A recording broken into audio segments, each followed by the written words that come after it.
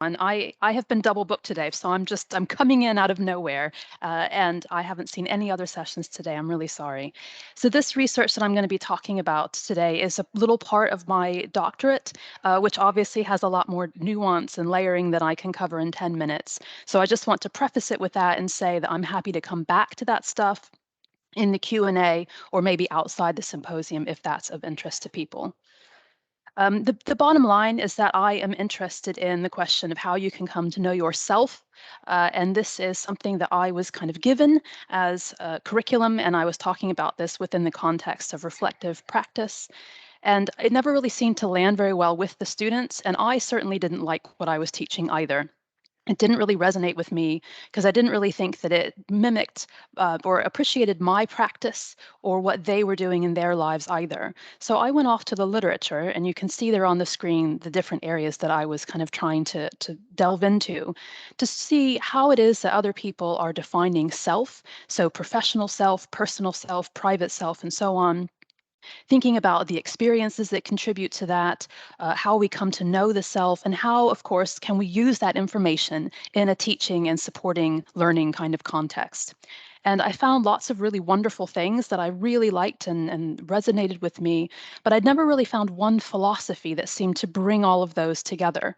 And I also, in particular of interest to me, never really found one practice that pulled all the nice bits together in one cohesive way.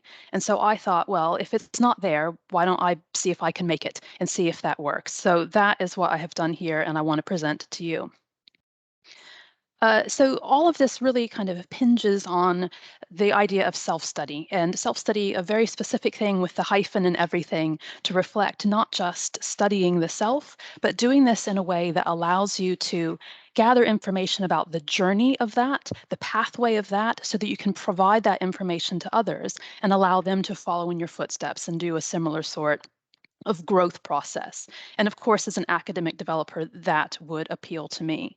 Now, self-study is something I really like for a number of reasons, one of which is that it's highly adaptable and flexible. Pretty much anything can be self-study if it's something that you can use to build self-knowledge.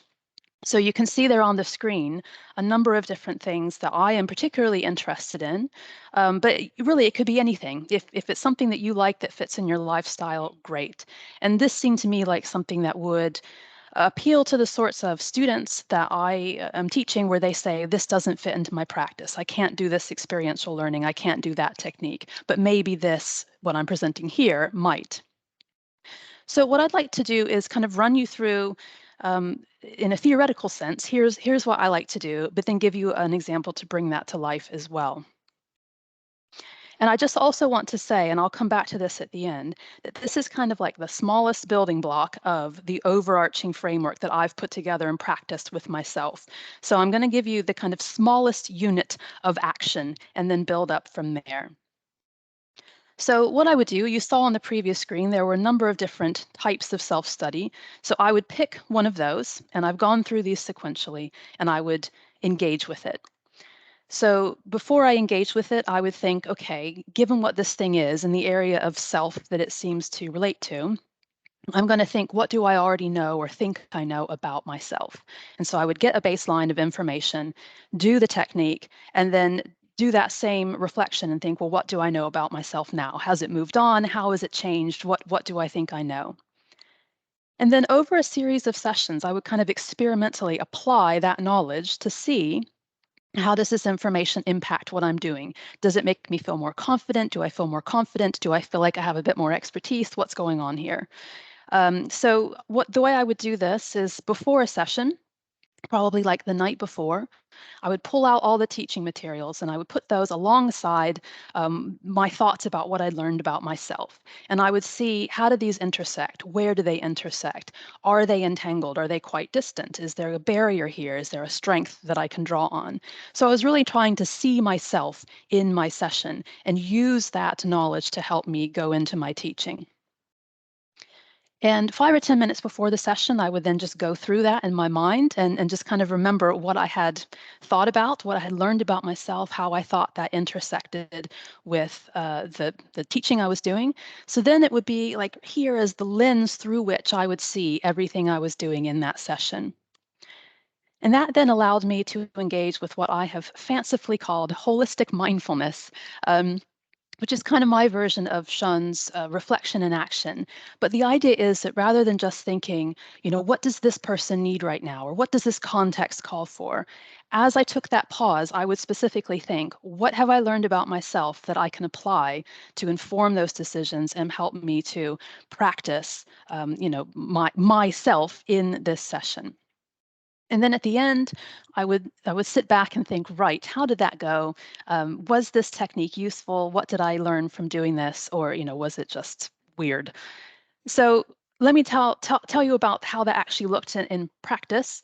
So you may have noticed that one of the self-study techniques I engaged in was personal values. Now, you don't need to read what's on the screen. I know that it's quite small. This is just to show you a quick visual. This is what I thought I knew about my personal values when I started. And then I had a little card deck, and it has instructions to help you use this card deck to reflect on your personal values. And this is what I thought about myself after I did that process. So you can see, just going back and forth, it's not just the color scheme, but actually there's a different number, there are different types of values, they're related in a different way, and so on. So my knowledge has moved on. And then I took this before the session, and I'm just going to think about one of the sessions. But again, I did this over a few different times. I iterated it. But I kind of reflected, where do these relate? And I captured that in writing, and you can see here a couple of extracts. And the kind of crux of these extracts is that I was saying, you know what? I'm a little worried that my values might actually hinder me in doing what I want to achieve in this session. I might come across in a certain way that puts off the students, and that's not what I want. But then I was thinking I can still embody those values by manifesting in a slightly different way. So I was finding a way to still be me, but me in a better way that would allow me to achieve my goals in this sessions. Not a better way, a different way.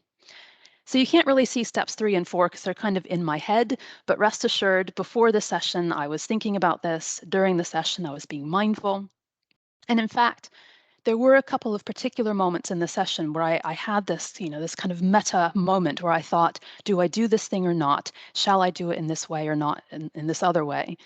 And that is picked up in some of my comments at the end of the session, where I was thinking, I had this moment to think, what space do I want for these students and how do I create that space? What experience do I want for them? Am I going to take the leap and do this thing and see if that helps? And in each case, I was thinking, what are my values? What have I decided about myself? What is most true to me? And I did that, and it seemed to go okay. So overall, at the end of this, I felt quite happy. And indeed, I got some good feedback from folks who attended. And what I really like about this feedback is that it kind of argues against something that I think people can bring to complain about self-study. And they can say, well, you're doing a lot of navel gazing. Why are you spending all that time thinking about yourself? That's very egocentric. But I think as kind of seeing the world, seeing humans, seeing how you intersect with other people. So it isn't just about you, it's about you and everyone else. And I was feeling like I was right for me, and that allowed me to be right for them, which was really, really inspiring. And again, it makes me feel more confident and it makes me feel like I am better at what I'm doing because I'm doing that practice. Now, as I said, this is a small part of a larger thing, and I am not going to cover all of what's on the screen. It's too much. I just wanted to quickly flash it up there and show you that this is a thing where you can do many iterations of a session. You can use many different techniques and see yourself from all sorts of different angles. You can do meta-analysis. You can have lots of stuff going on. And that's what my overarching framework is. But basically, people can decide how much breadth and depth do they want, and they can engage at just the little building block level that I mentioned here, or they can pile that together and do much more if they want. And that's good for individuals, but also for people leading them through that process. Now, the thing that I want to end on here is this is a mind map that I made to try to capture myself at the beginning of my study. I would certainly look very different now, I think, if I were to draw it today. I just want to kind of play back because this is self-study and I want to tell you about my pathway, that I found the whole thing to be really fun. I found it interesting. I often found it very surprising, but I always found it very affirming. And I think often the people I see in my sessions, they come in because they say, I'm rubbish, I need to get better. I lack knowledge, I want to gain it. And I really like the idea of moving beyond that deficit model and going with something that says, actually, no, we're going to make use of what you've got. Maybe you're already an expertise. You just need to figure, you've already got expertise. You just need to figure out in what and how to harness that. So it's kind of this radically compassionate approach that I think we often lack. And that's one of the things I, in particular, would love to hear feedback on is, how do we take that kind of positive thing forward as we are helping people to aim for that kind of expert level and to build that expertise up in their practice. And that's all. Thank you very much. Thank you, Caitlin. We've had lots of lovely comments as we've gone through, with people mentioning things like authenticity. So I think one of the phrases that someone mentioned was being yourself, but in a better way or a different way. Grounding techniques before a session, people like that. Autobiographical take on framework development.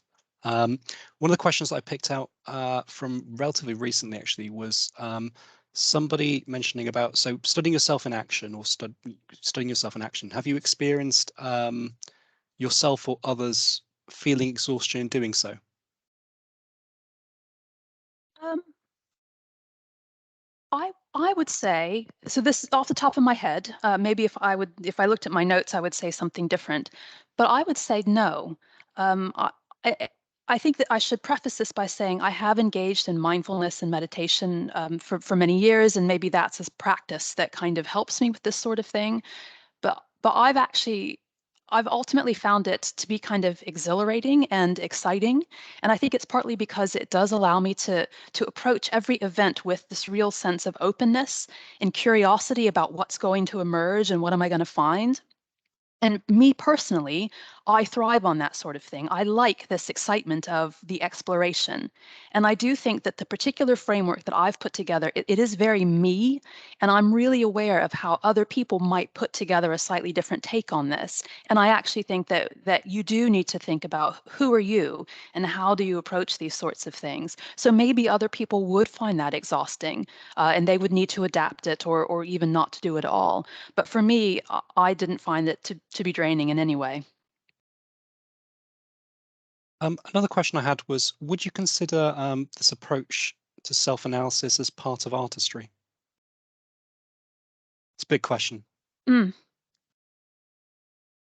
Well, it's interesting. I had an intro that I had to cut for purposes of time, where I did actually kind of relate more bits of this to the kind of broader framework of expertise, and I was kind of thinking about that at the time. How do these things fit?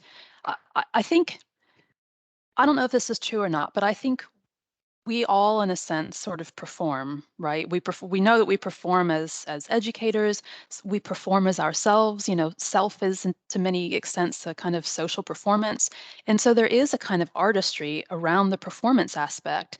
So maybe there is a connection, but I would probably need to really think about the meaning of those words. I saw that Helen put a comment earlier that was kind of saying, words do really matter. And I think that's true. So I would really need to think through the nuance of that. But kind of my gut instinct is to say that, yeah, there is a connection and it is important. Another question was, so I think you spoke earlier on about how you encounter students or participants or colleagues sometimes who have a resistance or difficulty with reflective practice or something like that. Mm. Do you encounter the same level of resistance with this kind of approach? So I'm still at the stage where I'm kind of slowly rolling this out to people. So I can't give you a definitive answer yet because I'm still kind of collecting different people's thoughts on, how was this for you? But I've dabbled in it. And we've dabbled in ways that are quite fun. So things like using Lego and using art or getting people to, do little found poems or things like that. And so the sense that I get from the ways in which we have done it is that people they kind of are delighted in the moment at doing this silly thing, and they seem to think, this is something I can take forward. And I saw we did some sessions where people were drawing things and they were making little cards to give themselves messages to kind of what's the word I want? just, to kind of give them hope and to give them encourage before they go in. And I think they all kind of chuckled, but they liked it because it was so joyful, and so just happy. And so it seems to me that even though if they felt a little silly about it, they liked that positive approach, and that kind of opened the door to perhaps do some things that were a bit more rigorous or a bit more serious sometimes. So I think that there was a bit of a sense that maybe this is something that could have more traction, at least with some people. Or maybe they just like free Lego. I'm not sure. And likes free Lego, don't they? I've just had a lovely comment from Anna, which I think might be interesting as well, saying she's been thinking about applicability across disciplines for our higher education colleagues, and this session has challenged her to think further or deeper about time constraints among diverse professional identities. Yeah, I can just kind of, quickly respond to that by saying that I've been amazed at actually the different sources that I found useful knowledge in. So, for example, there's a real wealth of stuff in the medical literature, which, as a biologist or as a teacher, I would never have thought that that's a literature that I should delve into. But actually, there are some really amazing things, and you think, why are these people not speaking? They are talking about similar things and could really exchange some great knowledge. So it is definitely worth looking in these different disciplines and harvesting information. I had a comment from Helen as well, commenting that your topic today really brings together quite nicely a range of conversations from across the day. So things like professional identity, Thanks. reflective practice, persona, value and worth. Excellent. I am hoping, by the way, sorry to everyone that I've missed your talks earlier. I am hoping to catch up with those on the video. So I'm sure that after I've done that, I will appreciate those links much better. Well, thank you, Caitlin. I think from my point of view, there's one interesting thing that I took away as well, which was that so when I'm kind of delivering things like our institutional PG cert and things like that, I often struggle with the concept of teaching philosophies because it's my personal view, but it often is quite stale, Yeah. and people perceive it to be quite stale, especially when we've got people coming from disciplines where they've already done that kind of thing, and developing that to the next level of their professional development is quite difficult. So I think for me, it's quite interesting to interpret it from that point of view and giving people a new approach or a new way to look at this. Mm. Excellent. Thank you very much.